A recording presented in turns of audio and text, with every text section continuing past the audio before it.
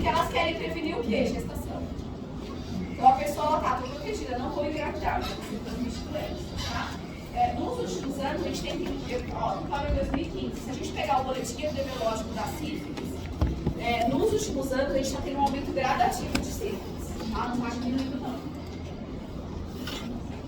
Bom, então vamos falar desses 3 agentes, eu vou falar do treponema e a Karen vai falar dos outros 2.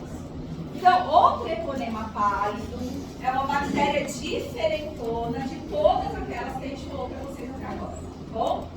Ela é bem diferente. Em primeiro lugar, ela não é nem bacilo nem copo, ela é uma espiroquita. Então, ela é uma bactéria espiralada. Ela parece uma espiral de caderno, tudo bem, gente? Parece uma abridor de garrafa de vinho, abridor de rolha, sabe? Que você vai girando ele e ele vai penetrando. É exatamente isso, tá? Então, é uma bactéria espiralada muito, mas muito fina. Ela tem 0,2 micrômetros de diâmetro. Ela é muito, muito fininha. Ela é compridinha, tem 15 micrômetros, mas ela é muito, muito fininha. As espirais têm mais ou menos um espaçamento de 1 micrômetro. Ela é gram-negativa. Então, ela tem parede com baixa camada de peptídeo glicano, membrana externa. O problema é que ela é muito fina. Então, eu consigo colar ela com gram-negativo, mas eu não consigo olhar no microscópio óptico. Ela fica rosa, mas eu não vejo. Tudo bem? Entenderam, gente? Não é igual a micobactéria, tá, gente? Que não cola direito, que deveria e não cola. Ela é gram-negativa. Só que ela cola e eu não enxergo por ela ser muito fina, tá? E ela tem uma característica que nenhuma outra a gente falou pra vocês ainda. Ela tem um endoflagelo. Vocês conseguem ver esse caninho aqui dentro dela? Ela tem um flagelo interno. Chama endo não é dentro? Então chama endoflagelo. Esse flagelo interno faz com que ela tenha uma movimentação muito ativa. E o movimento dela é realmente de saca-rolha, tá, gente? Ela se movimenta como um saca-rolha. Já viram a garrafa de vinho, né? Já viram, tá? Tudo bem? Esse primeiro slide? É uma bactéria de difícil cultivo e meio de cultura, então dificilmente vai ter algum lugar que vai conseguir cultivá-la, tá? Ela é microaerófila, fastidiosa, então ela demora 30 horas para fazer divisão celular. Olha que bactéria safadinha, né? Demora muito. No sangue ou no plasma pode ser conservada a 4 graus Celsius, mas permanece viável pelo menos 24 horas em materiais. Então, contaminação por fômites, objetos que você tem contato na região genital poderiam transmitir a bactéria até 24 horas. Tá?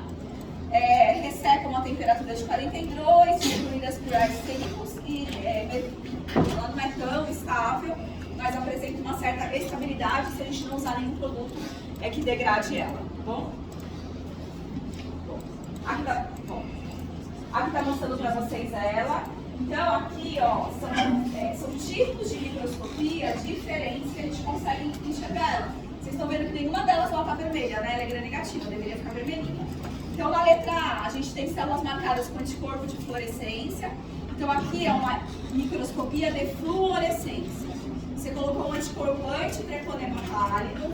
Esse anticorpo, ele tem um fluorocromo. Então, onde tem treponema, um anticorpo crudo, a gente coloca no microscópio de fluorescência e brilha. Tudo bem? Então, essa é a microscopia por fluorescência. Na letra B, a gente tem marcação por prata. Então, eu coro ela com prata e aí você coloca no óptico. Aí ela cora, tá vendo? Aí ela cora. E no terceiro é microscopia eletrônica, né? Tá bom? Bom, então como é que tem a transmissão do treponema pálido?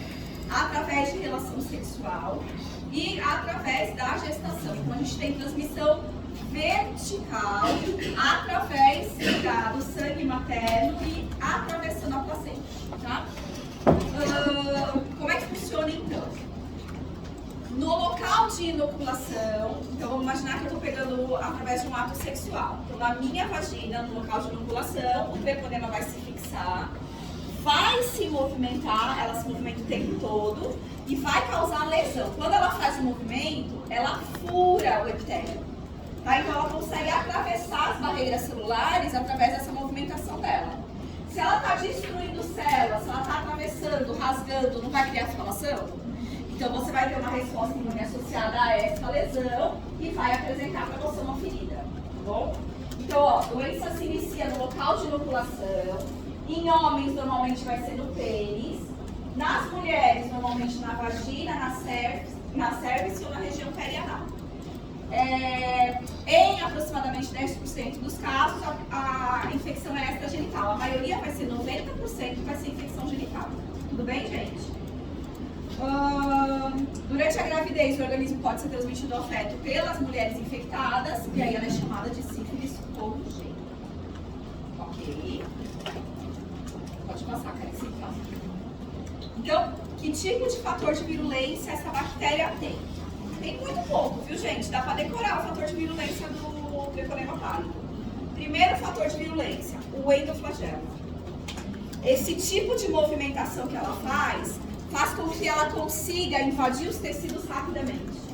Então, ela consegue atravessar o epitélio muito facilmente. E aí ela acaba caindo na corrente sanguínea. Segundo fator de virulência, ela produz hialuronidase. A gente não tem ácido hialurônico no tecido conjuntivo adjacente, então isso permite também que ela chegue à corrente sanguínea. Tá? Ela consegue, então, destruir a camada de conjuntivo, atravessar entre as células e chegar até a corrente sanguínea. Tudo bem, gente? Facinho os dois, né?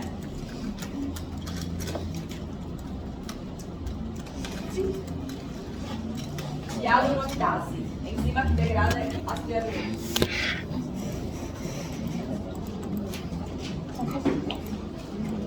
Pessoal, aqui está mostrando para vocês, ó, todo ano a gente tem, se vocês tiverem curiosidade, vocês podem buscar na internet, tá? Todo ano o Ministério da Saúde, ele publica boletins epidemiológicos das doenças infecto-contagiosas. Então, todo ano tem um boletim epidemiológico da sífilis, tá? No boletim epidemiológico, eles falam dos últimos anos, quantos por cento tiveram de casos de sífilis adquirida, quantos por cento de gestante, congênita, qual a faixa etária, qual a região brasileira que tem mais casos, tudo está associado a esses boletins. Então esse boletim é de 2019, tá? Então, ó, a roxinha é a sífilis adquirida, ou seja, de pessoas não gestantes, tá? Em laranjinha, a sífilis em gestantes e em vermelhinho, a sífilis congênita. Tudo bem? Vamos olhar então o gestante congênita. Se eu tenho pré-natal, durante o pré-natal, a gestante ela faz teste para sífilis. Ela tem que fazer 3 vezes. Caso ela seja diagnosticada com sífilis, eu trato essa gestante. Por que eu tenho sífilis congênita? Vocês concordam que se é uma doença que eu tenho tratamento, é uma doença que eu tenho um bom diagnóstico, ela deveria ter uma baixa de sífilis congênita, gente? Era para ter quase nada de sífilis congênita, óbvio. Mas aí a gente tem vários vieses, né? Então tem pessoas que não fazem pré-natal, pessoas que não fazem a terapia correta. Existe muito caso da mulher fazer a terapia e o parceiro sexual não fazer ele sem reinfecta, tá? Porque a gente não tem imunidade permanente para sífilis. Então, independente se eu tive sífilis 10 vezes, eu vou ter mais 10. Eu não tenho proteção para sífilis, eu posso me infectar todas as vezes. Tudo bem, gente? Pode passar, cá. Aqui está mostrando para vocês também gestante congênita. Nas regiões brasileiras, então aqui na região sudeste. O que é a região sudeste? A gente tem maior número de casos de sífilis gestacional. Talvez a gente tenha mais diagnóstico, tá? Então, se a gente tem mais população, a população é maior, e a gente tem mais diagnóstico. Só que aí, ó, a gente tem 24 e 9,7 de congênita. Olha a relação aqui no Nordeste. Então, assim, você tem mais casos de congênita proporcionalmente no Nordeste do que no Sudeste, tá? Pode passar cá. Aqui está mostrando o aumento da sífilis nos últimos anos, né? Então, ó, gente, que saco, né, pessoal? Quando eu vejo aumento de doença que é prevenível, que é tratável, dá dor no coração, não dá? Não é para aumentar. Olha assim, nos últimos anos, né? Pode passar cá. Idade, pessoal. Então, ó, 20 a 29 anos. Olha aqui, seus bebezinhos. Olha vocês aqui, ó. Talvez tenha alguém de 18 aqui tá, ainda. Vamos ver, 13 a 19 é o azulzinho. Tá tão ruim. Mas olha aqui o 20 a 29. Que graça, gente. Beleza? O próximo aqui é 30 a 39. Obrigada por achar que sou eu. 30 a 39. Valeu, Pedro. Pode ir. Bom dia. Muito feliz. Fica fora, cara. Vamos lá, então. Então, pessoal, a sífilis é uma doença que ela se apresenta em 3 fases. O que significa isso? Se eu não fizer, eu peguei sífilis. Se eu não fizer nenhum tratamento específico para matar a bactéria, eu tenho uma cura da lesão. Então, aquela ferida que apareceu na minha região genital, ela desaparece. Só que eu não me livrei da bactéria. E aí ela pode causar novamente lesões em outras partes do corpo. Então, todos esses momentos que eu tenho sintomatologia associada à sífilis, eu vou chamar de fases da sífilis, tá? Então, quando eu pego sífilis pela primeira vez, onde a lesão vai ser maior no genital, a gente vai chamar de sífilis primária, tá? Essa sífilis se curou a doença clínica. Não me livrei da bactéria, tá, gente? Eu não me livro dela se eu não fizer antibiótico-terapia. Mas eu não tenho mais lesão na genital. Depois de anos, eu posso ter lesões novamente, tanto na região genital, quanto em outras partes do corpo. Vai chamar sífilis secundária. E quando eu tenho lesões sistêmicas, no qual o sistema nervoso central é mais comprometido, eu vou chamar de sífilis terciária. Então, ela tem fases. Tudo bem? Vou apresentar para vocês todas elas. Então, sífilis primária. Tive contato, doença clínica. Ok. 10 a 20% dos casos são intrarretais, perianais ou orais. O resto é onde? No pênis e na vagina. Ok? 80% dos casos são na região genital, porque ela é transmitida por via sexual. O treponema pálido penetra nas mucosas íntegras através de cortes ou da própria epiderme. Lembra que o HPV, eu precisava ter uma lesão para ele chegar até a basal? O treponema pálido não faz esse movimento de saca-rolha? Cara, ele não sabe nada disso. Olha a dose infectante do treponema pálido. Pessoal, isso aqui não é nada. Se ter 4 treponemas perto da sua genital e você se infectar, é absurdo isso.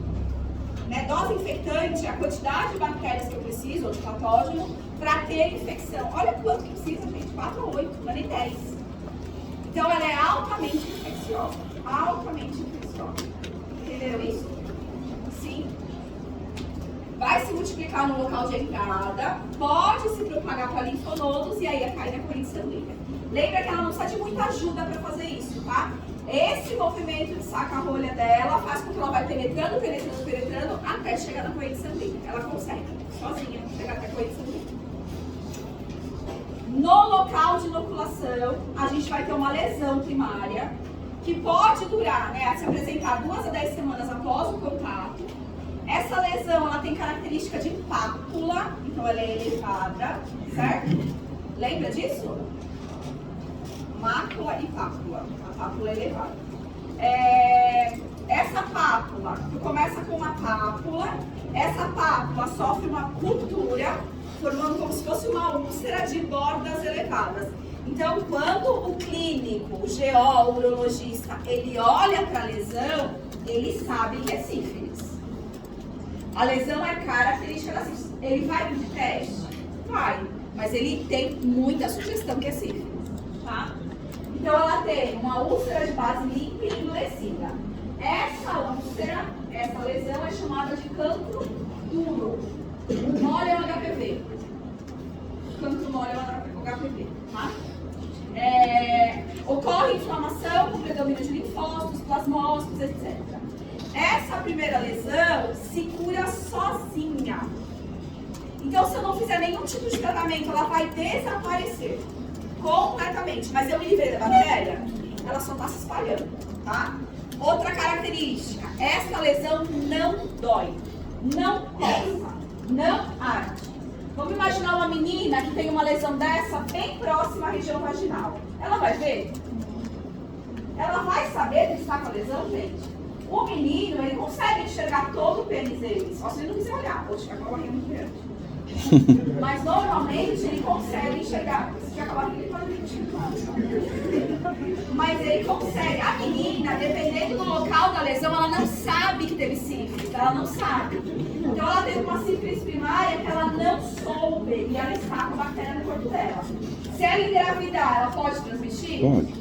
Nos momentos de sintomatologia, a transmissão é maior, tem mais bactéria, mas ela pode transmitir, inclusive, se tiver sintomas. Tá? Tudo bem? Altamente contagiosa. Então é essa que eu tenho relação sexual quando está com a sífilis primária e eu vou pegar. Tá bom? Aqui está mostrando para vocês as lesões. Então aqui no pênis, tá vendo? Dá pra ver, né, gente? Só se o cara não quiser olhar, ele não vai ver, né? Mas olha essa aqui, pessoal, onde que ela tá. Cara, essa menina não colocar um espelhinho, ela nunca vai saber, porque não dói, não coça, não arde. Né? Não dá pra saber, tá? E aqui na boca. É mais na boca. Fica a dica aí, dá uma olhada na Dirce, sim. Olha a Dirce, uma senhora, né? Espero que ninguém é uma mãe, uma avó chama Dirce. Mas meu amigo meu que eu tive, que era homem, era Dirce, aí ficou Dirce. Pessoal, vamos lá então. Eu me contaminei. Eu tive sintomas. Independente se eu vi o sintoma ou se eu não vi, eu me curei. Aquela lesão inicial, ela foi cicatrizada, tá? Não tem mais lesão nem no pênis nem na vagina. Mas a bactéria, eu me livrei da bactéria? Não, na verdade ela está se espalhando, tá? Aí eu posso ter uma nova apresentação clínica e aí eu vou chamar essa segunda apresentação clínica de sífilis secundária.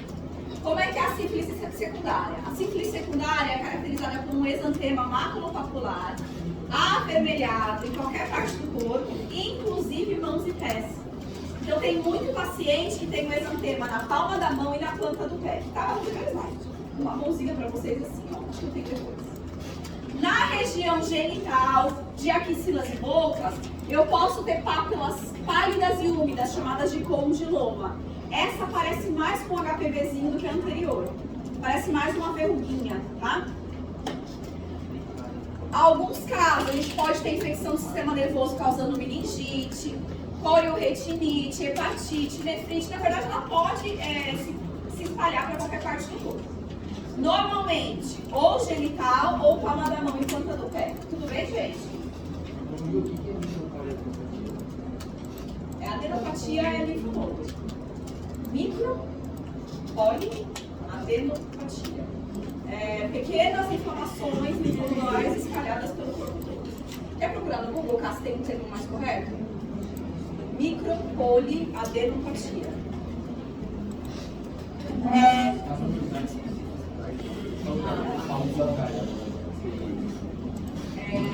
Outra coisa que é importante, pessoal, a gente tem produção de anticorpo anti-sífilis e antiproteínas sífilicas, né?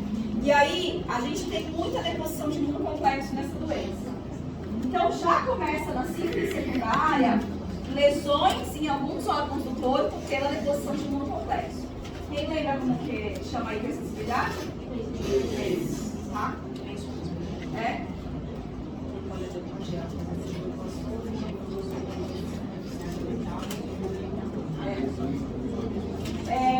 Bom, assim como a sífilis primária, as lesões, pessoal, presta atenção, as lesões ocasionadas pela sífilis secundária se curam sozinhas.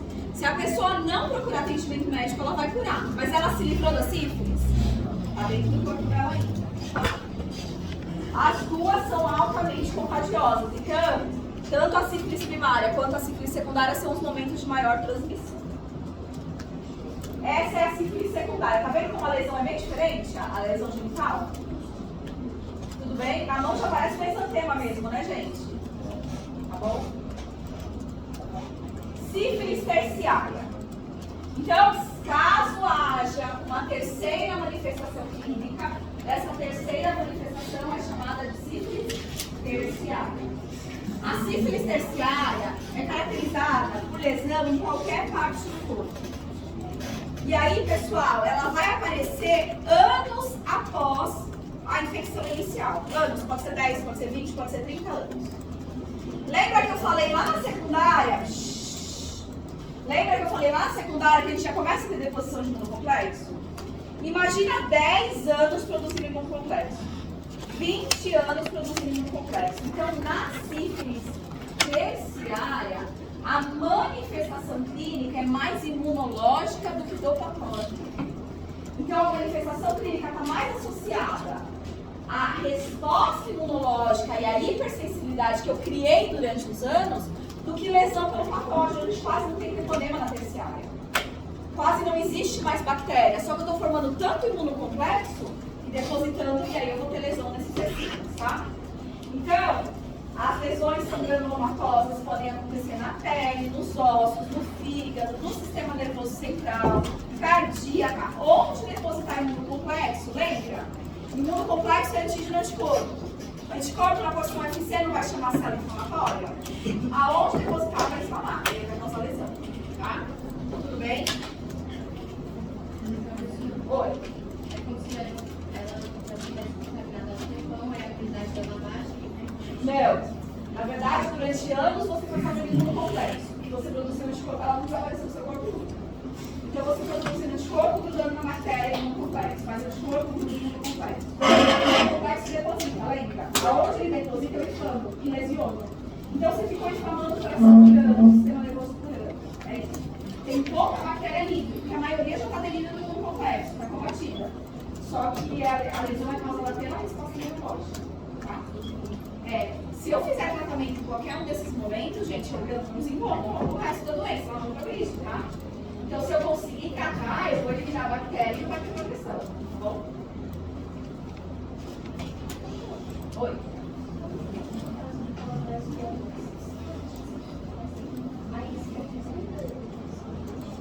Na terciária, sim. Isso, na terciária, sim. Na primária e na secundária, a lesão, a pápula é pela bactéria. Isso da bactéria e a gente vai ter uma resposta. Na secundária, você pode ter infecção do sistema nervoso também, mas ela é mais frequente na terciária. Tá? Pessoal, vamos lá então. Tudo bem com as 3 fases? Sífilis congênita. Pessoal, pensa só. Se é uma bactéria que ela tem alto poder de disseminação, por que ela não conseguiria atravessar a placenta? A placenta é uma barreira protetora para as coisas não chegarem para o bebê, tá? Mas essa bactéria, ela atravessa a placenta, ela rasga a placenta pelo movimento dela, destaca a rolha. Os patógenos, eles conseguem atravessar a placenta ou atravessando fisicamente ou infectando os células da placenta. Então, vocês vão ver, por exemplo, lembra do Zika vírus? Que causou uma formação no bebê, ele infecta as células da placenta e aí ele chega no feto. Nesse caso, ela não infecta, ela simplesmente vai rasgando todo mundo, tá? Então, a sífilis congênita é a sífilis adquirida durante o período gestacional. Quais as 3 fases da sífilis você acha que tem maior transmissão? Primária e secundária. A terciária quase não tem transmissão. Primária e secundária são as fases com maior transmissão. O quadro clínico, pessoal, vai depender de quando a bactéria foi passada. Isso para toda doença. Lembra quando a gente falou de sarampo e rubéola? Então, assim, primeiro trimestre, óbvio que a lesão é maior, tá? Então, ele vai variar de quando a bactéria foi passada e de quantas bactérias foram passadas. Então, se a mãe tomou antibiótico terapia, diminuiu a carga bacteriana, a lesão pode ser menor e assim por diante. Então, ele vai variar o tempo de exposição fetal, quanto tempo a mãe ficou passando treponema sem tratamento, da carga treponêmica, da virulência, se fez tratamento ou não, se a mãe é HIV, é PV-HIV, por quê? Se ela é PV-HIV, ela não tem resposta imune nenhuma. Então, ela está deixando o treponema passar à vontade. Tudo bem? Esses fatores podem ocasionar, depende de tudo isso, a criança pode ser abortada, pode nascer morta, né, que é chamada natimorto, pode morrer após o nascimento, que a gente vai chamar de óbito neonatal, ou ela pode nascer com sintomas. E aí, dependendo de quando esses sintomas eles aparecem, eu vou chamar de sífilis congênita precoce ou tardia. Tudo bem? Então, a sífilis congênita precoce, a criança adquiriu, nasceu sem sintomas, mas os sintomas podem aparecer até os 2 anos de idade. Então, se a sintomatologia aparecer entre 0 e 2 anos, eu vou chamar de precoce. Se ela aparecer depois de 2 anos, tardia, tá bom? Quais são as principais características da sífilis congênita precoce? Prematuridade, baixo peso, hepatoesplenomegalia, lesões cutâneas, paralisia, sofrimento respiratório, icterícia e anemia. A tardia, os sintomas vão aparecer depois dos 2 anos de nascimento, tá? Então é temporal a classificação, tudo bem, gente? 0 a 2 anos precoce, 2 para cima tardia. As principais características são tíbia e lâmina de sabre. Como ela faz alteração óssea, a tíbia da criança ela cresce torta. Eu vou mostrar a foto para vocês. Articulações de Campton, que são articulações inflamadas. Fronte olímpica, na região da testa. Nariz em cela, não tem essa pontinha do nariz. Nasce sem essa pontinha, né? O desenvolve. Alterações de ósseas de dente. Então, os dentes eles têm uma característica diferente. Mandíbula curta, etc. Então, normalmente são características ou cognitivas, sensoriais, então surdez, cegueira, etc. Ou características associadas a desenvolvimento ósseo, o crescimento da criança. Tá? Passa pra mim. Então, aqui tá falando, ó o dente. Tá vendo? O dente característico da criancinha com sífilis. Ó a tíbia, gente, da pessoa. Parece, né? Ó as articulações, estão vendo? Ó? O quanto está inflamado o joelho dessa pessoa, que já é mais velha, né, gente? Tá? E olha aqui o narizinho dela em cela. Conseguem ver que não tem a pontinha do nariz? Aqui nasceu também, essa aqui é primária, né? Que acabou de nascer, mas ela nasceu com lesões também, estão vendo? Tá? Tudo bem? Todo mundo entendeu as 3 fases e as 2 da criança? Então vamos lá. Nossa resposta imune para o treponema pálido. A gente tem resposta imune, porém a nossa resposta imunológica não é eficiente para eliminar a bactéria. Então a gente não consegue se livrar do treponema pálido.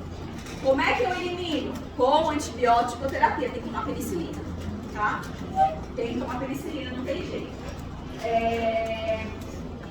Se a pessoa for tratada adequadamente, o tratamento não é longo, são 3 doses semanais, acho que são, né? Então, assim, em 3 semanas você se livra da bactéria. Se a pessoa for tratada adequadamente, no caso de uma pessoa que tem parceiro sexual fixo, ela e o parceiro têm que ser tratados, porque não adianta uma pessoa tratar e o outro não, vai começar a ter retransmissão, tá? Se ela for tratada adequadamente, ela vai se livrar da bactéria.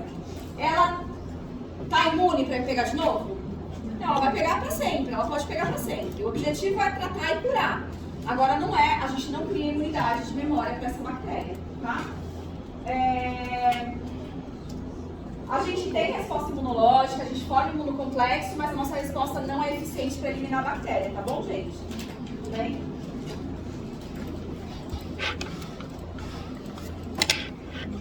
Diagnóstico e tratamento.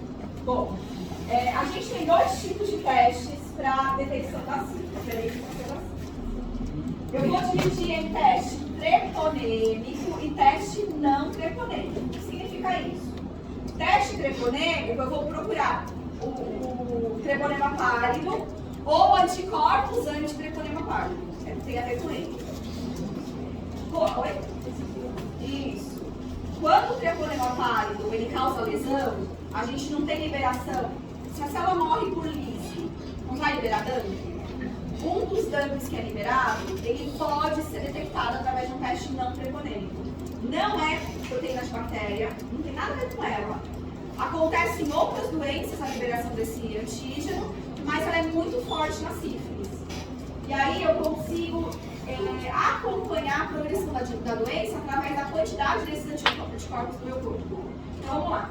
Se há um anticorpo que eu produzo porque eu lesionei uma célula e liberou dump, concordo que quanto mais lesão eu tiver, mais dump vai ter, mais anticorpo eu vou ter? Se eu fizer o tratamento, eu vou diminuir a lesão, vai diminuir dump, vai diminuir anticorpo?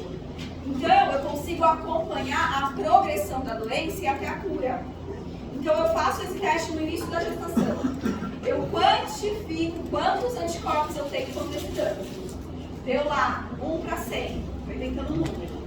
Aí no final da gestação eu faço de novo, tá? 1 para 200, quer dizer que eu tenho mais anticorpo, mais dano, não tratou. Então você consegue acompanhar de forma quantitativa o quanto que está extensa essa doença. Tudo bem? Vou explicar para vocês.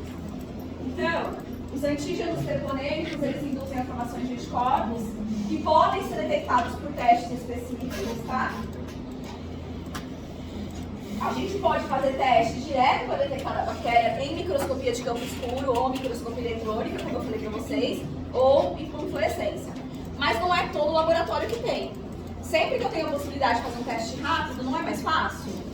Mais barato, então a gente vai usar testes sorológicos, antitreponema pálido e esse sorológico que não é antitreponêmico, tá bom? Que é o VDRL, que eu vou explicar para vocês. Então esse VDRL, ele veio de o nome dele é Mineral Disease Research Laboratory, ele veio de um laboratório lá que produziu esse teste. Como é que funciona? Presta atenção e atenção aqui. Então vamos lá. Quando a gente está infectado pelo treponema pálido, pela característica da infecção, por ela ocasionar lesão celular ao se movimentar, a gente libera DAMPs que são indutores de formação de anticorpos. O DAMP que a gente libera é um tecido normal de mamíferos que chama cardiolipina. Então, durante a infecção, eu tenho lesão. Se eu tenho lesão, eu libero cardiolipina no meio extracelular. Se eu libero cardiolipina, meu corpo faz anticorpo anticardiolipina. Se eu tenho menos lesão, eu tenho menos cardiolipina? Eu tenho menos anticorpo. Se eu tenho mais lesão, eu tenho mais cardiolipina? Mais anticorpo. Tá? Então é proporcional, certo? Esse teste, ele vai quantificar quantos anticorpos anticardiolipina eu vou ter no meu corpo. Então ele é um teste que eu vou falar que ele é inespecífico. Porque ele está me dizendo que é sífilis? Ele não está me dizendo que é sífilis, mas ele está me dando uma sugestão. Então ele tem que ser acompanhado de um teste específico. Qual que é a importância dele, gente? É quantificar a infecção. Quanto mais bactérias eu tenho, mais chance de eu passar para as pessoas, passar de forma congênita. Como é que eu vou? Se é uma bactéria que às vezes não causa lesão, como é que eu vou saber se a pessoa se curou ou não? Eu vou procurar lesão. Se não tem lesão, ela curou. Então eu vou quantificar esse anticorpo para acompanhar a diminuição dos títulos e ver se ela se curou ou não, tá? Então o objetivo dele é a gente quantificar a extensão da doença. É isso, tá bom? Pode passar, tá? Como é que funciona, gente? Vou tentar explicar de forma bem simplificada, tá? Eu vou fazer uma técnica que chama titulação. Essa técnica de titulação, ela depende de diluições seriadas de uma amostra clínica. Então eu vou pegar meu soro, vamos imaginar que no meu soro tenha 5.000 anticorpos, ok? Eu coloquei no primeiro tubinho meu soro com 5.000 anticorpos e coloquei 10 ml de soro, 10 ml, 120 microlitros. Eu coloquei 60 microlitros no meu soro, contendo 5.000 anticorpos, 60 microlitros de solução fisiológica. Uma solução fisiológica. Eu diluí o meu soro. Eu pego esse primeiro tubo, todo mundo presta atenção que é difícil. Contendo lá, aqui tem 5.000 anticorpos, certo? Eu retiro 60 ml desse primeiro, passo para o segundo e ponho mais 60 de soro. Estou diluindo? Eu pego deste segundo, coloco no terceiro. Misturo com mais metade de solução. Coloco no terceiro, não paro. Misturo com mais metade de solução. Vocês concordam que eu estou diluindo o anticorpo a cada fase? Quando eu misturo uma parte do meu soro, uma parte de solução, eu falo que eu diluí 1:2. Tem duas partes, que é metade soro e metade solução, não é? E uma delas é no soro, correto, gente? Aqui a gente tem uma parte de solução, só que esse aqui já não estava diluído. Então essa segunda diluição eu vou chamar de 1:4. A terceira, 1:8. 1:16, 32 e assim por diante. Então o que eu fiz? eu peguei o soro do meu paciente, contei anticorpos anticardiolipina, lembra que esse teste não é específico, ele indica a lesão. E eu estou diluindo. Aí eu vou pegar cada um desses tubinhos e vou colocar num teste para detecção de anticorpos.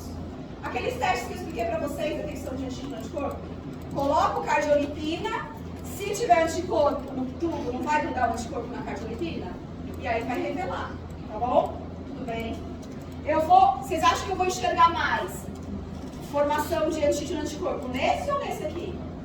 Aqui sempre vai ter mais, né? Cada vez que eu diluo vai ter menos. Quando é que eu falo que a pessoa está sugestiva de infecção para sífilis? De 1 para 8 para baixo. Quanto mais diluído eu ainda tenho anticorpos, quer dizer que a lesão é maior, não é isso, gente? Eu estou diluindo e ainda estou achando anticorpo, aquela tinha muito, ó. Tem 5.000 anticorpos aqui. Aqui vai ter 2.500, aqui vai ter 1.250 e assim por diante. Neste aqui tem 100.000 anticorpos. Aqui vai ter 50.000, 25.000, concorda que é muito mais? Então, quanto mais anticorpos anticardiolipina ela tiver, quer dizer que ela está tendo mais lesão. Quer dizer que no título, quanto mais eu diluir, ainda vai aparecer anticorpo. Então, se aparecer 1 para 8, 1 para 16, 1 para 32, é sugestivo de sífilis, até mais para baixo. Mas a cardiolipina não é um anticorpo específico da sífilis, né? Ela indica lesão, às vezes não aparece lesão por outras coisas. Então, a gente pode ter um pouco de anticorpo de cardiolipina, que é tipo um resfriado, entende? Então, diminuições abaixo de 1 para 8, a gente entende que é normal no corpo. É lesãozinha que está acontecendo liberando cardiolipina. Então, a gente vai falar que tem anticorpos a partir de 1 para 8 para baixo. Deu para entender? Então, vamos lá, eu peguei uma gestante. Eu fiz sorologia de circulação dela, a PDRL, deu 1 para 126. Não, 1 para 128. 1 para 128. Ela está com 5. Aí eu falei pra ela, olha, o tratamento é esse, dei a descrição da penicilina, falei, seu marido tem que fazer também.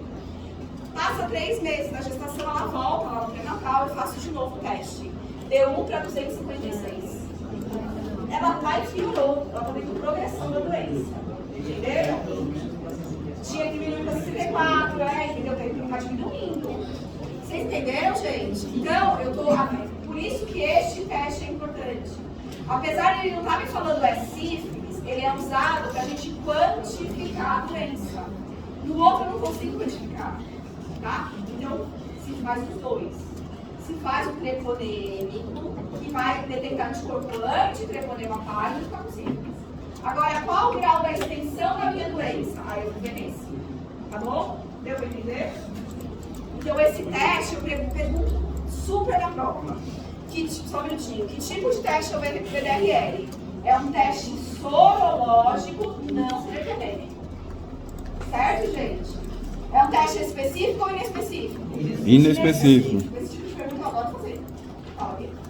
Por exemplo, se o treponêmico deu duas versões, foi um negativo, e o terceiro um treponêmico.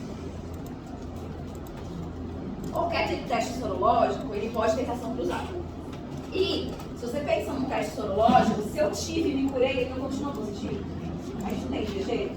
Então, você repete até para ver se foi feito a detecção correta, se não foi errado, se não teve reação cruzada, não foi coisa errada. E aí tem que fazer o treponêmico. E melhor se fizer um treponêmico mais específico. De repente, procurar uma IgM. Toda doença que eu tenho latência, toda vez que ela causa lesão, eu suspeito de novo.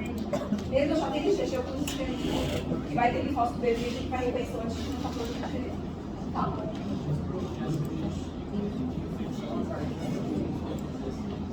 Oi. 1 para 8 para baixo.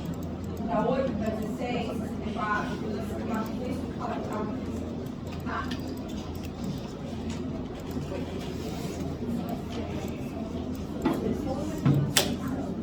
Na verdade, não é porque são como se fosse um controle. Qual solução é essa? Isso. Tá.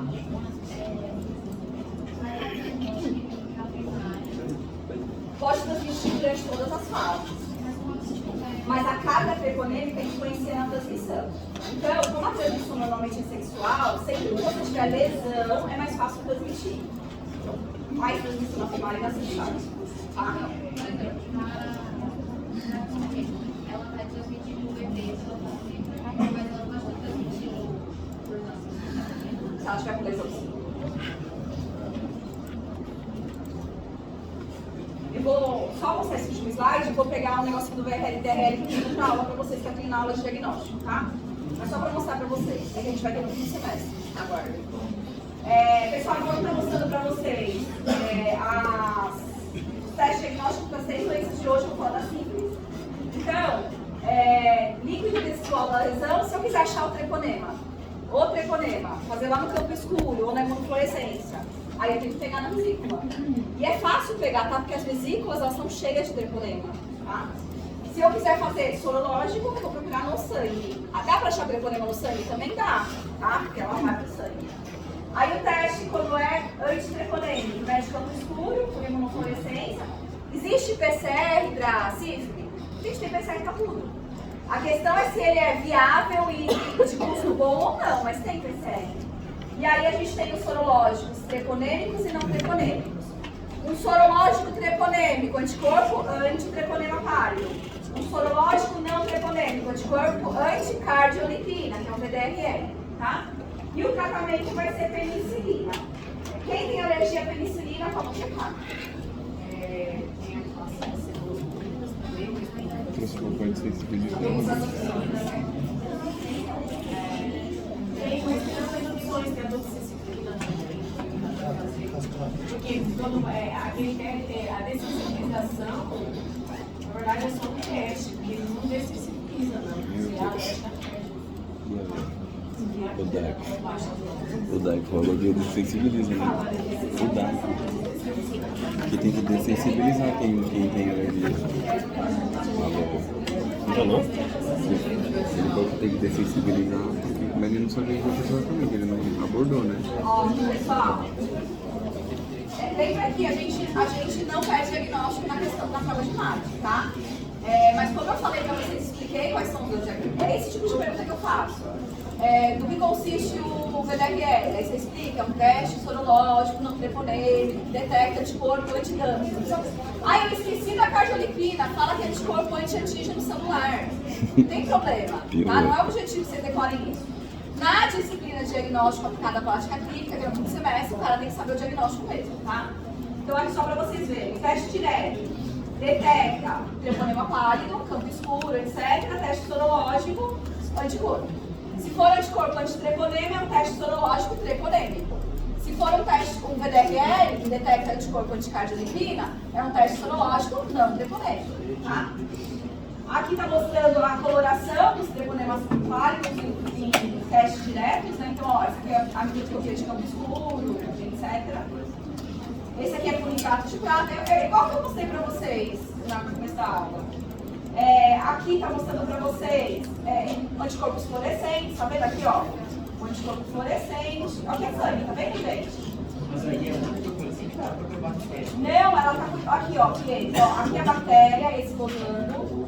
Aqui é um anticorpo antibactéria, então anticorpo antitreponema pálido, E aqui é o anticorpo anti-anticorpo humano, que eu mando colocar um fluorocromo. Então, onde ligou o primeiro, o segundo liga. Aí ele brilha no escuro. Tá brilhando o anticorpo. É que ele ligou na parede, que na parede a parte inteira dela. Aqui tá mostrando pra vocês, então, os testes sorológicos, treponêmicos e não treponêmicos. Então, treponêmico, anticorpo, que gruda no treponema pálido. Não treponêmico, presta atenção, gente, tá acabando. Anticorpo que gruda em outra coisa, mas que indica que eu estou com sífilis. Que no caso, só falei pra vocês do VDRL. Tem outros, tá vendo? Deixa eu mostrar o VDRL pra vocês. Faz pra vários. Tá, ELISA é uma técnica no qual eu tenho um anticorpo. E eu tenho um anticorpo, ó, porque aqui, ó, esse aqui. Produtivo.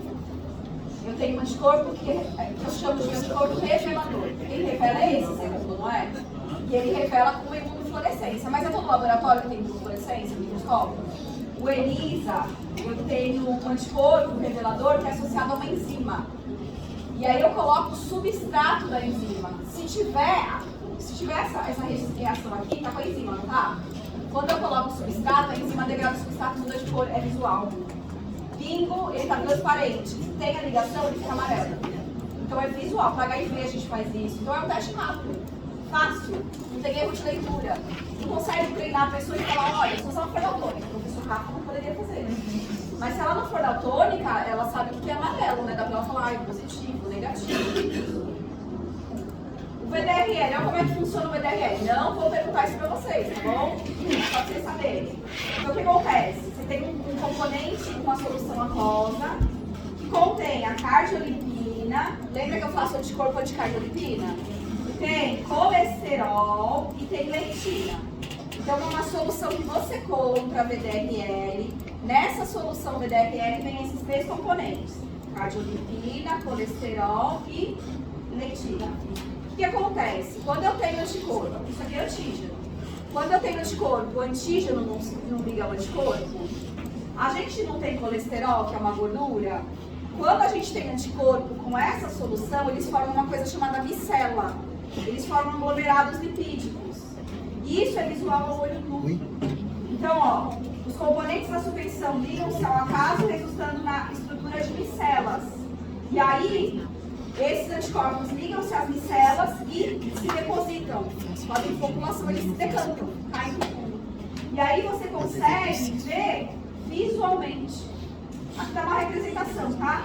Olha aqui, ó. Conforme eu tenho essa deposição das micelas, eu consigo olhar no microscópio normal. Olha aqui, ó. Não é ativo, não está espalhado, tá vendo? Baixamente, ó.